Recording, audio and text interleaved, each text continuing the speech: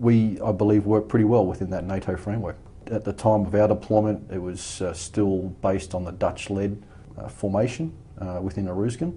And as I mentioned before, we also had a French mentoring element. Indeed, there were other smaller contributions from Slovakia and after our time even from other partner nations as well.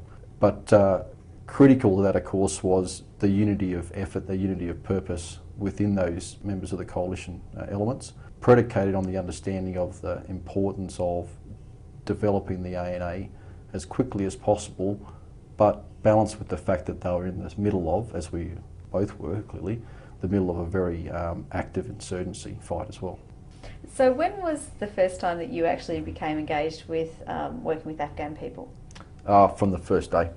From the very first day, because for two reasons. One, by this stage in the reconstruction line of operations, we were moving more towards what was called managed works, whereby Australian engineer specialists would plan or conceive and plan and resource the works, but we would have Afghan civilian contractors in partnership with local government, wherever possible, actually construct and facilitate the outcome.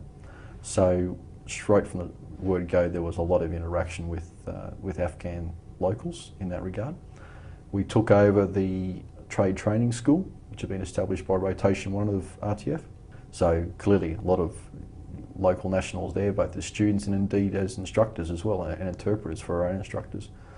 And then of course on our main effort line of operation of mentoring, I had to very quickly establish a relationship with the ANA commanders, and that required extensive engagement opportunities of talking to them, spending time with them, understanding what their challenges were and trying to get an assessment in my own self as to where they were at in their development. I had to be personally quite balanced with that because I was in the middle of two distinct command elements.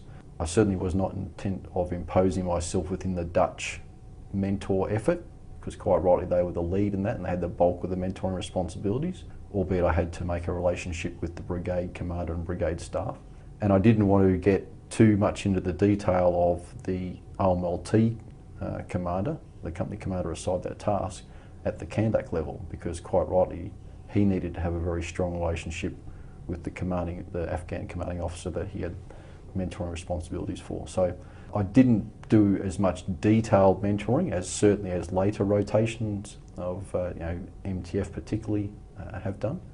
But yeah, across both those lines of operation right from the start, I was very much engaged, and of course everyone in the battle group in both, particularly the OMLT was pretty obvious, but also the engineers particularly had a lot of interaction right from the word go. Were people anxious about working so closely with Afghan people? We were fortunate in so far as that was a factor which we had assessed would be a key challenge for us, and we therefore paid a lot of attention to it throughout our mission-specific training, primarily obviously for the operational mentor liaison team, to do our best to ensure that they had the right frame of mind to commence that operation. And specifically by that, having them to accept that the task that they had been given within our mission was one that entailed significant risk in regards to the fact that small teams alongside a developing local force in a very active, dangerous insurgent environment by itself has a lot of risks. And we had necessarily to have small numbers because my personal belief, which is why we task organised accordingly, was that if you had too many Australians in the mentoring effect, you would dilute the mentoring effect.